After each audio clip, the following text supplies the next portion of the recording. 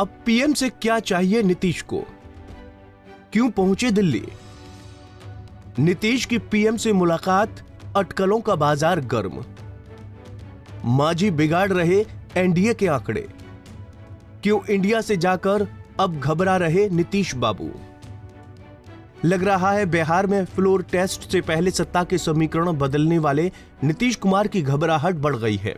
इसीलिए नीतीश बाबू दिल्ली में पीएम मोदी और शाह से मुलाकात करना चाहते हैं। इस मुलाकात के कई सियासी मायने हैं। नीतीश कुमार बीजेपी की आलाकमान से जीतनराम मांझी का दुखड़ा रोने वाले हैं। जैसा कि बिहार के एनडीए यूनिट में मांझी इन दिनों झिटके नजर आ रहे हैं, या नीतीश कुमार पीएम से बिहार के लिए कोई नई सौगात मांगना चाहते हैं? अगर ऐसा है तो क्या नीतीश कुमार एनडीए में आने की वजह को जस्टिफाई करना चाहते हैं? जो भी हो, लेकिन नीतीश का दिल्ली पहुंचना राष्ट्रीय राजनीति की धड़कनों को तेज हो जाने जैसा है। बिहार में 12 फरवरी 2024 को नीतीश कुमार को बहुमत साबित करना है।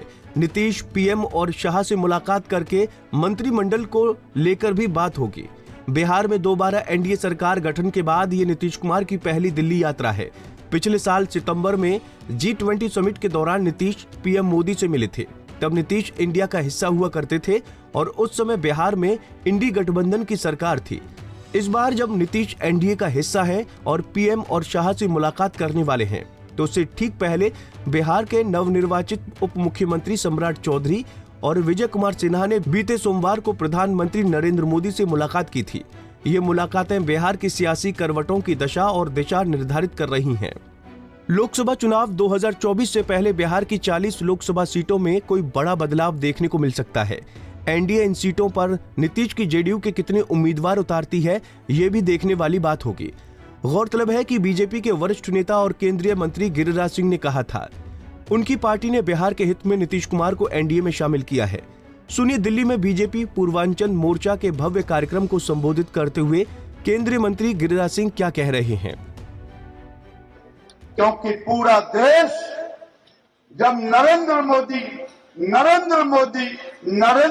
कह रहा था, जय श्री राम कह रहा था, जय श्री राम, तो भूले भटके को भी अगर दिन भर का भूला भटका सामने आ जाए तो उसे अपना लेने की जरूरत हुआ, वो बिहार के लिए। हमने कोई सत्ता के लिए नहीं, गलतफहमी में ना रहे। मीडिया के मित्रों से कहता हूं, भारतीय जनता पार्टी ने कोई सत्ता के लिए नहीं समझौता किया है। अगर हमने नीतीश कुमार को एनडीए में लिया है तो बिहार के लिए लिया है, बिहार के लिए लिया है।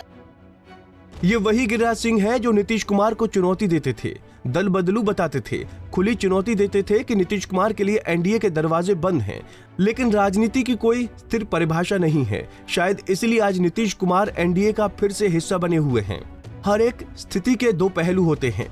तो वहीं हम जब दूसरा पहलू देखते हैं तो पता चलता है कि अभी भी बिहार बीजेपी के कुछ नेता नीतीश कुमार की एनडीए में एंट्री को बर्दाश्त नहीं कर पा रहे हैं। दरअसल बिहार में बीजेपी के कई नेता ये संदेश देने में लगे हैं कि सिर्फ 2025 तक ही नीतीश कुमार को सीएम बनाया गया है। बीजेपी नेता अपने समर्थकों को 2025 की तैयारी करने को कह रहे हैं। सूत्रों के मुताबिक बीजेपी खेमे में चर्चा है कि 2025 का बिहार विधानसभा चुनाव बीजेपी पीएम मोदी के चेहरे पर लड़ने वाली है। नीतीश कुमार के साथ दोबारा हाथ मिलाने की संभावना पर कई बीजेपी कार्यकर्ता नाखुश हैं। वो लोकसभा चुनाव में मोदी को जिताने के लिए तो काम कर सकते हैं, लेकिन विधानसभा चुनाव में नीतीश के लिए शायद ही काम करें। गृह मंत्रालय नहीं मिलने से भी बीजेपी नेता नाराज बताए जा रहे हैं।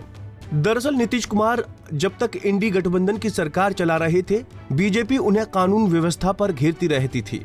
बीजेपी प्रदेश अध्यक्ष सम्राट चौधरी को बिहार का योगी के तौर पर प्रोजेक्ट किया गया था।